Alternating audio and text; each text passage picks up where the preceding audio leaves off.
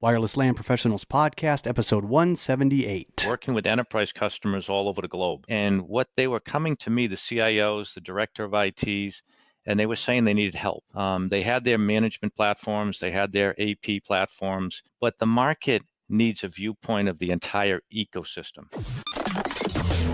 Wireless LAN Professionals is a place to educate, inform, encourage, and entertain those involved in wireless LANs. This Wireless LAN Professionals podcast is an audio manifestation of these goals. Our host is a wireless LAN veteran, consultant, designer, and teacher, Keith Parsons. And now, the podcast for wireless LAN professionals by wireless LAN professionals. Peter, thanks for jumping on the show with me. How are you, sir? Yeah, very good, thank you. And how are you doing? I'm doing good. So if I go over to wlanpros.com/Titan Ranch, it is showing you as having a class coming up in, when is that one? It's CWAP, and it is the 21st week 21, 21st to 24th of May. Is that accurate? That's correct. All right. That is right, yes. So talk to me a little bit about, for someone who maybe hasn't been through the course, or what is CWAP and why is it important? It's a really good question. In my opinion, it's probably the most important of the professional level certifications in the CWNP scheme. Okay. I think following, if you've taken CWNA, which is a great class. And it's a prerequisite, right? To be able to get the certification, it's a prerequisite. Okay. So if you want to take the exam and get the certification, that's a prerequisite. But you can be in the class without CWNA. You can take the class. You just can't actually get the certification unless you've got your CWNA first. And I think why I think it's such an important one is because what CWNA does is it goes around all the foundational things of how Wi-Fi works. But then when we want to go a bit deeper, which is what all the professional level certifications do, they go deeper into security, design, and analysis. I always recommend people do the AP class first as their first certification. And that can be a little controversial at times because some people say, well, isn't it meant to be the hardest? Shouldn't I leave the hardest till the end? But the thing with AP is it's very foundational. Once how the whole of Wi-Fi works, learning how the protocols operate gives you a grounding of just how at the very core low level 802.11 wireless LANs work and operate. And once you've learned that sort of foundation, learning how security works. So in SP, if you want to learn the sort of security exchanges, well, you'll have covered all the base to that. In CWNA, you'll have learned all the protocol exchanges. So you're just building on top of it. And similarly with DP, if you want to start talking about designing networks, but you don't understand how wireless LANs operate, from a protocol point of view, everything makes a lot more sense once you've got your CW AP. What is some of the feedback after the class? Yeah, I think that's a good question. I think a lot of the people don't understand how complex Wi-Fi is. Even people who have been working with Wi-Fi for many years, they sometimes come in the class and go, we didn't realize Wi-Fi had so much to it, because we do go into a lot of the detail. And I think people leave having a better appreciation for exactly what's happening under the hood with Wi-Fi. And there's lots of light bulb moments in the class. So a lot of the feedback I get is really positive. People love the class, they enjoy it. And from my point of view as an instructor, I love it when you see those sort of moments of realization. People have been they've been struggling, running a network and having problems that they've never quite understood. Why is it doing that? And you're going through something, and because it's fundamental, they go, oh, I get it now. That's why I've had this issue, or that's why it works like this. Or they'll go, oh, I finally understand why, you don't get this data rate and throughput don't equal one another. And I really understand why, you can, something works. And you get these light bulb moments in the class, which I love seeing those moments of people just really clicking into place. Lots of things maybe they've maybe learned some principles before, but they've not really understood why why it works like that. It answers a lot of the why questions, I think. If someone is trying to convince a higher up, like the ROI question of attending a class, CWAP specifically, I mean, obviously you're hitting on them having a deeper understanding. What does that apply to back at the job? Yeah, I think that's a really good question. I think one of the big issues is, I think one of the big reasons for understanding the protocol is to ultimately to be able to troubleshoot your network. I see time and time again, we all hear the same stories, don't we? The Wi-Fi's slow, the Wi-Fi doesn't work, the Wi-Fi sucks. The Wi-Fi sucks. Wi-Fi has a bad reputation, and there's a couple of reasons for that. One is it's not been designed properly in the first place.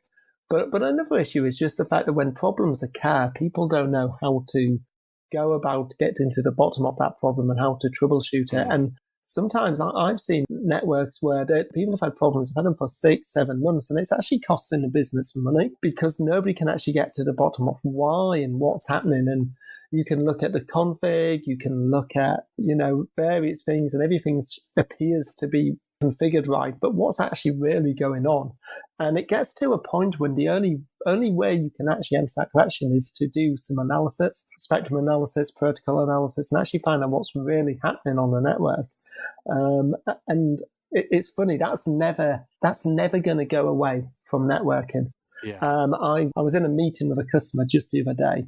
I supplied them with their analysis solution. It's a big financial company, and they were saying that they were talking about different solutions they have for network management. And they said the thing is, these management tools, they show you when things go green, go red, and they give you an idea and alarms about what's happening. But then when the management team, the sort of people in the NOC who are looking after the network, the management tool has said there's an issue but hasn't told them why. Or maybe the users are complaining, but the management system just hasn't said there's a problem. Then they get to this point where nobody can solve it, and they have to pass it to this team that actually collects the packets and analyzes them. It was really interesting because I was in that meeting just the other week, and I remember being in this meeting, same message 10 years ago, and nothing's changed in networking. We're getting more and more clever management tools, but ultimately, sometimes you get problems and you just have to do that low-level analysis. I guess why I come and sit this course is because it's a dying art, I think, protocol analysis, because these management tools exist and dashboards. But then what happens when it can fix a problem? You need that you need that expert who can actually say, okay, I'm going to take a trace and actually find out exactly what's going on here. And that's something which adds an awful lot of value, I think, to an organization if you've got that guy who can do that low-level analysis for you. What was your connection with analysis, kind of in your journey in Wi-Fi? How did you stumble on this? Why did this become a passion, all the way to now where you're one of the leading instructors in this field? I fell a little bit into analysis a little bit by accident, but I started life out as a C++ programmer. Okay. And we were writing sort of test. I was writing software for telecoms compliance test systems, which sounds a bit boring, but that's what I was doing. And the sort of telecoms market, there was a big sort of dot-com crash and a telecoms crash around 2001. And we ended up, as a big company I was working for, we ended up having to sort of really adapt what we did. And a guy came up to me, approached the company who wanted us to adapt one of our products, which was like an ISDN monitoring piece of hardware, to fit into this protocol analyzer. So we worked with them, and the protocol analyzer was a protocol analyzer called E4Peak at the time. It's now a product which is known as OmniPeak. And I started looking at that too, and I just went, hey, this is a really cool product, wow. And as I was sort of developing a bit of software to sort of run it into it, using it, I started looking at our own network and going, wow, this tells you so much information. And then it was, I think I'm one of those personalities who I like to know how things work. So when I started using the analyzer and looking at my network, I was like, I don't understand what it's telling me. So I started learning protocol, and I wanted to get to a point where everything I captured, I could explain why. What was it doing? Why was it doing that? And that really led to my passion. off analysis. And then eventually the same company, Wildpackets, brought out the first 802.11 Wi-Fi analyzer. And at the time, I was on what they call an international secondment, but I was basically working with them in California. And they would basically certify me to teach all their classes. And they said, if you want to learn Wi-Fi there, you should do this CWNA course, which was was less than a year old. So I studied for the Wi-Fi course and fell in love with Wi-Fi. That was my journey, really. I was already into analysis, and I learned Wi-Fi, and the two sort of came together. This upcoming training, I mentioned earlier, if you go to wlanpros.com/Titan Ranch, there's some fun pictures of you. That's right. As well as CWAP just being a really fun, great course. What makes it Titan Ranch amazing is I think Titan Ranch is one of the most unique and amazing training venues I've had the pleasure to be in. And I'm incredibly looking forward to teaching this class there. It is a Titan II missile silo in the middle of Arkansas. It is run by GT and his wife, and they've turned it into a training center. First of all, it's a unique venue because just being able to sort of go into a restored Titan II missile silo is fairly exciting, and it's a piece of history, which is great itself. But also, what in the Titan range experience, what they've got is lots of activities. Which are done over the sort of lunch times and in the breaks. Yeah. These are great. So one of those was axe throwing, which is why you see me wielding an axe. It's not that I'm some sort of axe murderer. It is that it was. Or is it incentivize your students to listen and pay attention because you've got an axe? That's it. Yeah. So if they don't pay attention, then So there was axe throwing. Some of the other activities were things like flying a drone with first-person goggles on, and there was also doing sort of shooting as well with like clay pigeons, which I was quite surprised I managed to actually hit one. So I quite enjoyed doing that when I was and driving like excavators. Which is always good fun. Yes. There's nothing more satisfying than digging a hole with a big machine, I don't find. But and that's just great. So that adds to the experience. I think it also adds to the learning as well, because it's quite important when you're learning to be able to have a bit of time to sort of shut off and do something else, and actually going outside and getting the fresh air, doing something physical. Actually, really, it's been proven that doing something physical actually helps learning. I know at my children's school now, because of that sort of research, they do the mile run every day, and the kids have to go and run a mile in the middle of the day. It helps concentration. Yeah, it's outside of your typical hotel. It really is. So it's a whole unique experience, and it's almost once in a lifetime almost experience to just go and get a great course, I would say, in an amazing venue with some really fun, cool activities. I can't understand why you wouldn't want to do it. Well, I hope a lot of people can make it out, because that's going to be an incredible experience. Again, wlanpros.com/Titan Ranch. Your course, the CWAP, is happening May 21 through 24. So you need to sign up right away. Yeah, I do. WLAN interview. Getting to know the leaders, movers, and shakers in the wireless LAN world. Hello, this is Keith Parsons with Wireless LAN Professionals, and today I have Roger Sands with me from Wyebot. And I thought we'd talked earlier, a couple episodes, many episodes ago, about Wyebot and the technology. And I've got one sitting here on my desk, and I was playing with it today. But I thought we could talk to Roger today and talk more about the technology, not specifically about the Wyebot product. Obviously, he's going to talk about the product he has, but talked about the technology of how we go about using a sensor to evaluate the Wi-Fi in any given area. So is that okay with you, Roger? Yeah, that's fine. That makes a lot of sense. Thank you. Yeah, that's so. When Wyebot first started, you were thinking we can help fix Wi-Fi because? Yeah, it's a great question. So I was a general manager at HP running their worldwide Wi-Fi business for 7 years, working with enterprise customers all over the globe. And what they were coming to me, the CIOs, the director of ITs, and they were saying they needed help. They had their management platforms, they had their AP platforms. HP was one of the leaders in that space, but the market needs a viewpoint of the entire ecosystem, which includes the client viewpoint as well as the AP and everything in the surrounding areas, including the RF. So the whole objective of Wyebot was to be a solution that was an autonomic Wi-Fi assurance solution.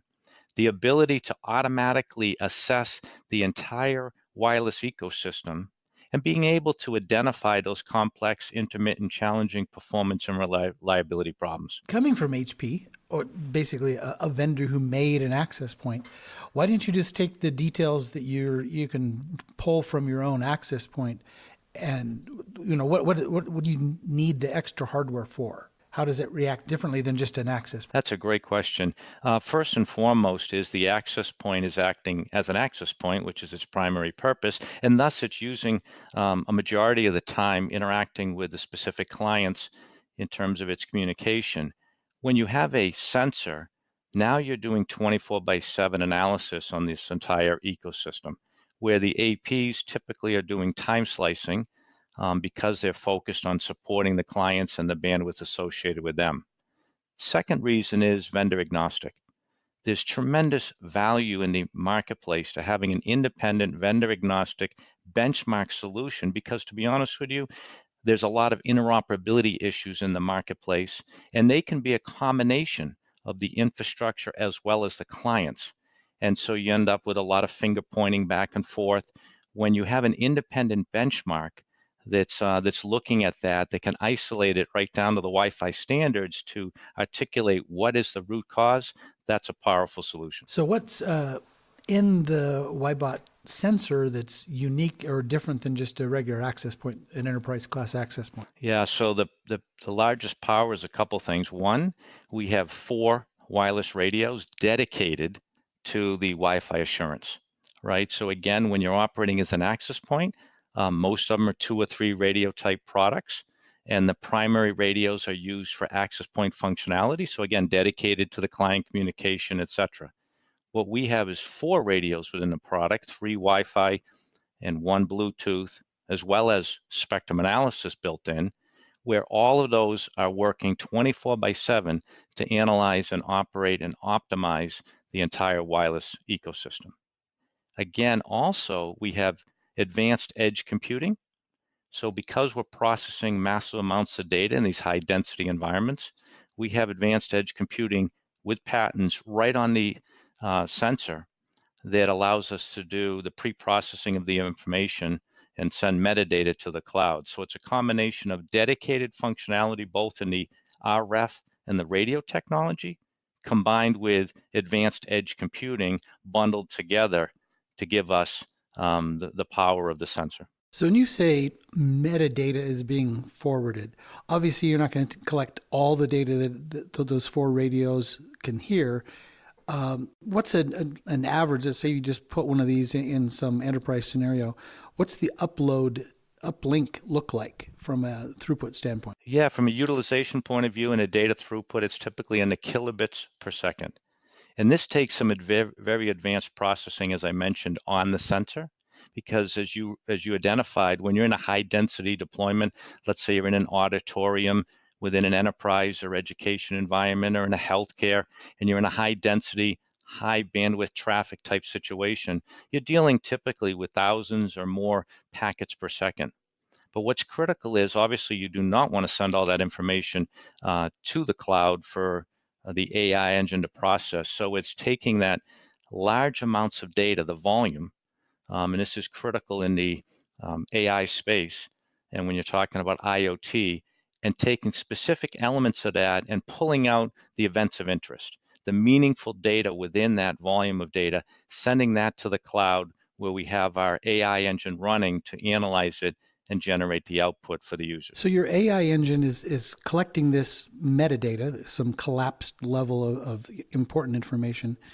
How did you go about figuring out the kind of questions you're even going to ask this data? Yeah, so it's a combination of a number of things. We have in the AI engine, we have hundreds of signatures, and these signatures are doing pattern recognition based off of baseline data that we have within the enterprise, and they'll look for these change of events. And so by looking at baseline information and change of events, we call them events of interest, we're able to isolate what's causing performance and reliability issues on the network. So it's a combination of learnings from the data set that we have, combined with expertise that the team has within the industry over the last 15 years. Is that based on packet analysis, specifically, frames analysis on Wi-Fi, or is it also tied into, one of the problems could be, I don't know, DHCP is slow to respond. Is that it's one of those signatures that you're looking for? Yeah, so we have multiple pillars within our solution. The first pillar is all around the autonomic Wi-Fi assurance. And that's the AI engine running with hundreds of signatures that's looking for these abnormalities and doing pattern recognition and behavioral profiling with our AI engine to identify what the root cause is with actionable items. So that's what we deliver for our customers, actionable items on these performance-related problems and solutions. But to complement that, we also have integrated a full suite of performance tests. And so because we have a dedicated sensor, another powerful value add over an access point is we now are acting as a client. And as I mentioned earlier in this podcast, we have the ability to get the full ecosystem, including the client, and that's critically important. So now we're acting as a client on the network, having the same user experience that we're looking to optimize for our customers. And so by running these full suite of tests, we can set thresholds and benchmarks on DHCP and analysis on the network-related items that are beyond just the Wi-Fi authentication connecting to the access point, but we can actually do application testing all the way from the client to the cloud services that are running. Those synthetic tests that you're running your sensor as a client. How do you target that client's experience is relative to a real client? I mean, it is a big CPU, a lot of RAM, nice antennas, probably AP class Wi-Fi chipsets. How do you tune that down to make it look like an iPhone? Right. So what we do there is we actually have the ability to do the measurements. Right. So this is what I mentioned earlier, where we have baseline measurements, and now we can do client forensics and testing from this synthetic testing, as you mentioned, and do comparisons. So for, as you mentioned, DHCP time, we are able to get metrics because we have advanced receive sensitivity on the sensor. We're able to get the data metrics similar to what a client would see at that particular location. That works for DHCP or DNS or timing-based issues, but how does it reflect things like RSSI when you have a different Wi-Fi chipset? Right. So we are giving the viewpoint of where the sensor is. It's going to be similar. It won't be exactly the same as a particular client, as you mentioned. But what we do in that case is, because we have the dedicated radios for Wi-Fi assurance, we're able to not only run the synthetic test, but as I mentioned, the primary value add and differentiation of Wyebot is the autonomic Wi-Fi assurance, where we have these multiple radios analyzing the entire RF spectrum.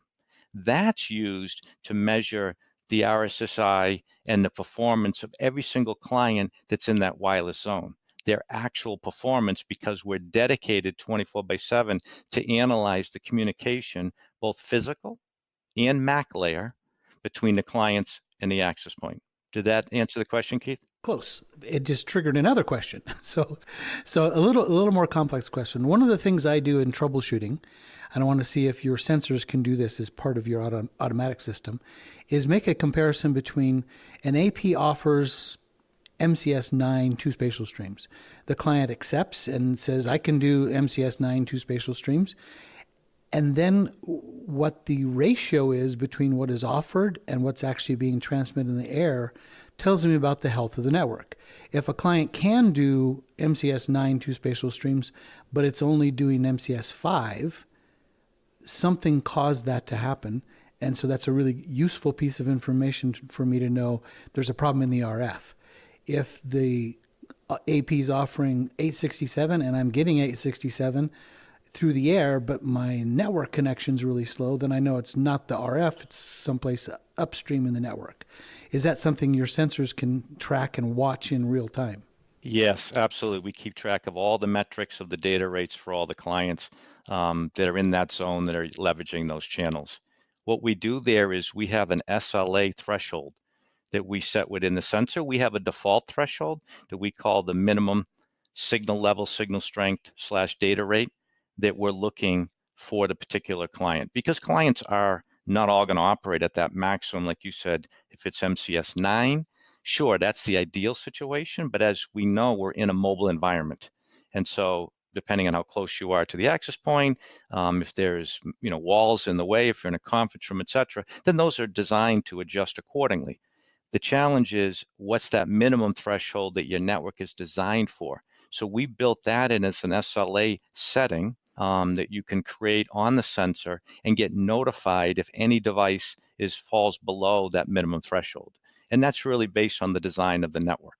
But all of the metrics around the performance of the device in terms of the data rates, et cetera, we have all that information. Cool.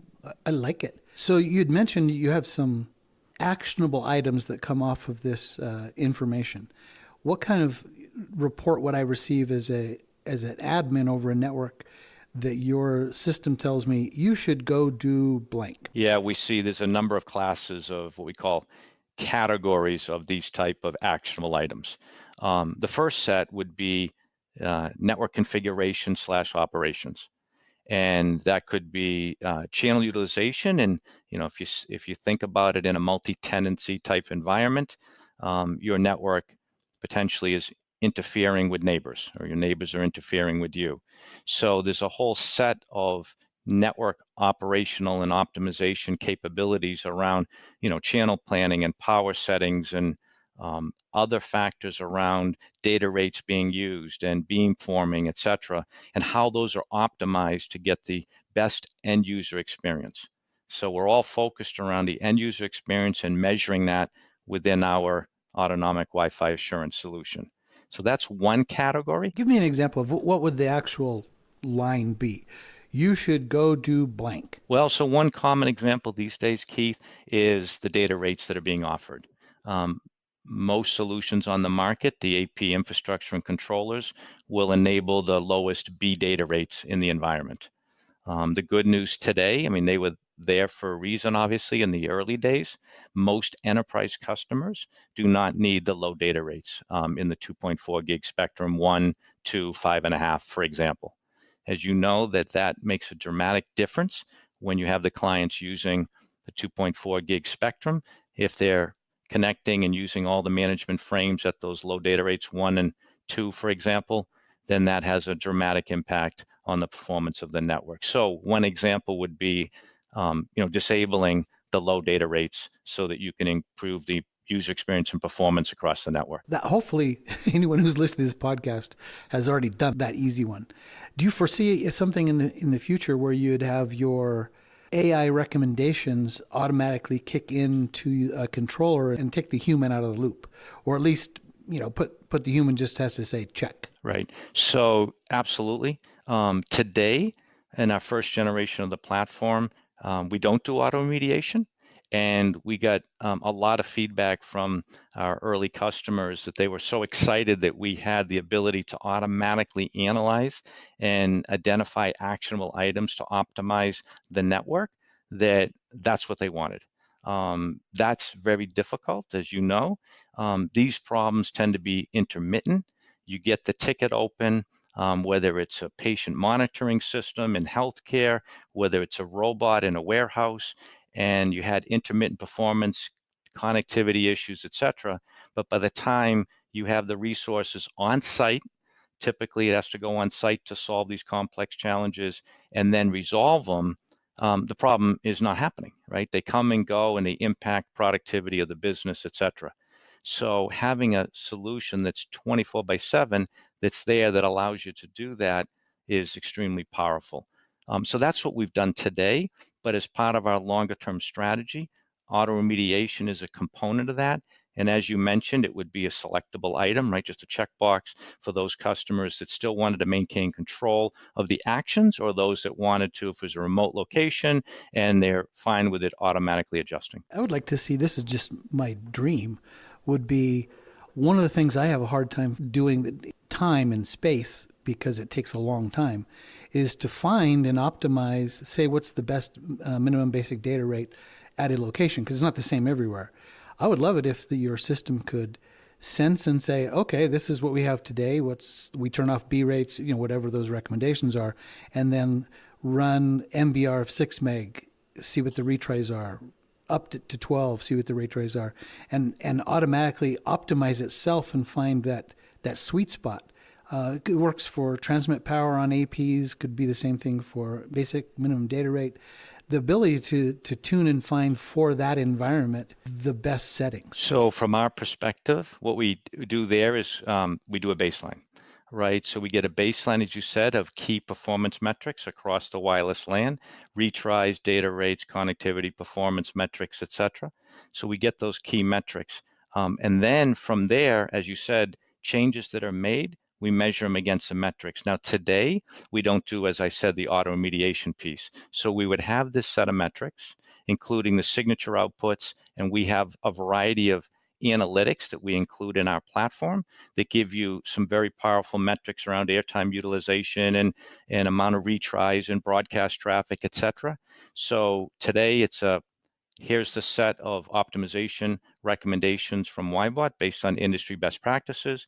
And then you take that, changes are made, and you can then see the result in terms of the performance analytics that we have in our dashboard. Do you have any kind of reporting that says, this is where you were on your baseline, we made this change, this is now the difference, thumbs up, thumbs down kind of thing, to help the users do that tuning? Maybe you're not doing it automatically, but the reporting would help anyone just make a change, good change, bad change, move on. Yeah, so they would see that, what we say, kind of immediately, because we have a set of signatures that provide output on our user interface.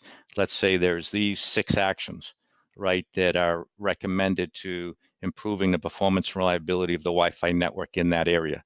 As those actions are taking and passing the industry best practice thresholds that we have, then those signatures go away. So you'd see it immediately go from 6 to 4 to 2, ideally down to 0 in terms of open items on the network. So you could make a change, see that it improved, make the next one, and step your way through the recommendations. Absolutely. And typically we've got categorization of the priority of these, right? So severity levels based on the impact on the network. So our customers typically obviously start with the higher priority ones, address those, see the improvement, and work their way down. So they'll see the results immediately in 2 ways. One, the signature outputs that are providing these actionable items will go away if the performance reliability has been addressed for that signature. And then in addition, as I mentioned, there's some valuable analytics to complement that, which provide historical information, day, week, month. So now you can go back not only and see the immediate result in terms of the signatures coming and going based on the performance results, but you can also go back in time and look over a sequence of days, weeks, months, and see the improvement, again, in terms of airtime utilization, in terms of number of events that happened on the network, et cetera. A couple questions. First one up, you mentioned you also have a spectrum analyzer. What chip are you using for that SpecAn? Yeah, so it's actually what's built into the Broadcom chip, right? So they have a spectrum analyzer built into that with their AIQ engine. We take that, and the good news there, as we do with our entire system, since it's an automated system, we analyze that information and the output of that engine automatically for our customers, and then we provide the results into our signature output on the dashboard, right? So we're identifying and analyzing and providing it in a very succinct way. Here's a performance reliability issue. Here's the solution to that particular problem. You mentioned signatures. I'm just going to reuse the word. Do you also have signatures for the SpecAn that could find and report you have a video camera or a microwave oven, or more precision, like it's an Xbox controller? Yeah, absolutely. So we have a full set of those signatures built into the sensor hardware. in an upcoming release. They're not available in an existing release that's shipping today, but in an upcoming release, those will be enabled shortly, where you'll have those listed, microwave, baby monitor, RF, broadband jammer, etc. Very impressive. Now, the second question is more about, and this is a generic industry issue. How do you go about designing placement, number and count? How do you design for a overlay network, which you're offering here, to make sure you're seeing everything you need to see? So if I've got a network, it's all installed, I like it, it's doing what I want, how do I figure out where and how many of your sensors to put on my network? We are dedicated, as you mentioned. That gives us the advantage to capturing all the information on the channels that we're monitoring. So the recommended guidelines from Wyebot is the sensor can cover up to 10,000 square feet. As everybody knows on this podcast, your RF mileage varies based on the building, construction and other factors. But we've built the antenna capability, receive sensitivity to scale to a fairly sizable square footage. So if you're looking for full coverage across a business critical environment, warehouse, healthcare, clinic, hospital, etc., one sensor per 4 access points is the recommended guideline.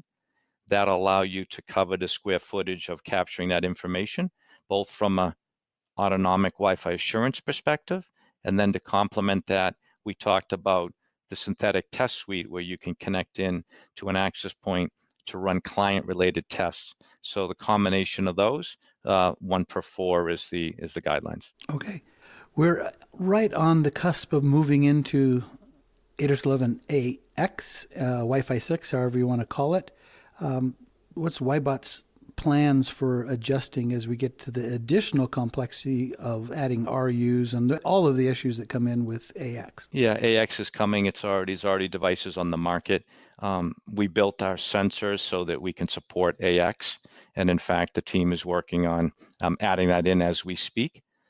So we'll have the capabilities to identify not only obviously the devices that are on the market, both from a client perspective and an infrastructure perspective. What's critically important is we're able to get a full fingerprint of all the devices on the network, right? So when we talk about baselining and understanding what's in the environment from a technology point of view, you made the comment earlier about the ability for, if my client can do MCS 9 and my access point can do MCS 9, then you want to see that you're operating as close as possible to that type of communication when you're in the data processing perspective. So in our situation, because we have a full fingerprint of all the devices, we know exactly which ones are capable of AX, which ones aren't, same with the infrastructure. And so we can run through our same AI engine, leveraging that capabilities to determine, again, from an optimization point of view, what's happening in the network, where the optimization needs to take place. Okay, another question for you. Since you know that information about the clients, which is fantastic, by the way, and you know your aggregate group of clients, you have 200 of these and 500 of these, whatever the client counts are, the maximum that's capable for those clients is kind of predetermined by what the capacity is. Do you have some sort of reporting saying your current network is now at capacity based on your clients? We design an infrastructure most of the time, but the actual capacity of the network is driven by the client load. We actually analyze from a utilization perspective to determine what percentage of the network is being utilized. And that's obviously very important. Now, I think what you're coming at is from a theoretical point of view. If I have 200 clients, what is that maximum capability? We have that information. We don't aggregate it up into a report today, but that would be all that information's in our database. So that's something we could do fairly quickly. What's really important for our customers today is to understand what's happening on the RF spectrum. That's the value of having a dedicated sensor. You really need to understand at that protocol layer, as you mentioned, the capabilities of what's happening on the network. So from our viewpoint, we're looking at airtime utilization, right? That's the core of what's happening within the RF spectrum. And so we track all of that. We provide it in analytics to our customers from a day, week, month perspective. And so you can track that and see exactly from a capacity planning utilization point of view what's happening on the network.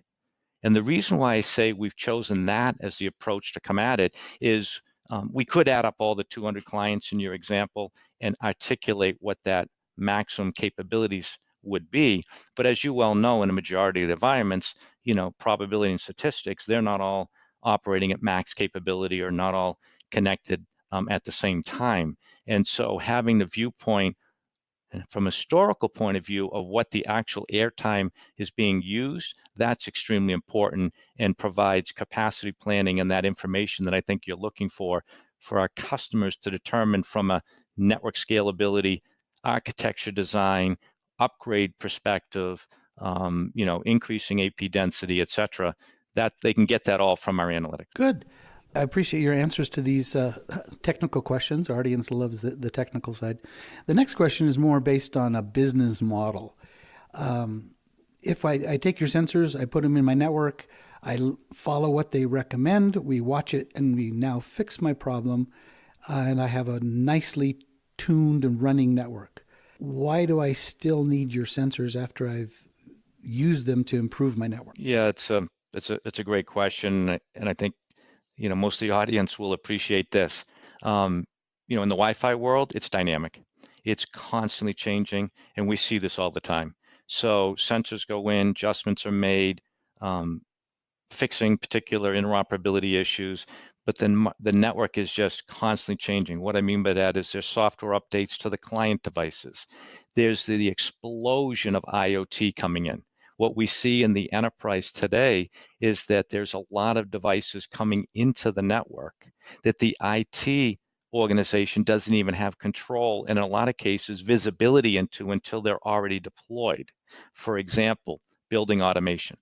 Right? There's a lot of building automation that's going on for energy savings, whether it's, the AC, AC capabilities. We see solar panels, smart plugs, thermostats. So there's this whole suite of capabilities where there's sensors, Wi-Fi control that are coming into the network. We just see a plethora of other IoT devices, telepresence robots. We see sensors for a variety of capabilities. When you get into the restaurant industry, they're measuring food quality, et cetera. And so there's such an explosion of devices that is constantly changing the type of devices that the users are bringing in. As we know, most end users now used to be one, then two, then three, now more devices per user, smartwatches. That technology is constantly changing. Is all it takes is one of those devices to have an interoperability issue or some type of performance reliability issue on your network, and it impacts that entire zone that it's in. So because of the dynamic nature of RF, if you're in multi-tenant buildings, you could have neighbors. The neighbors bring in new devices. They change. Neighbors change out.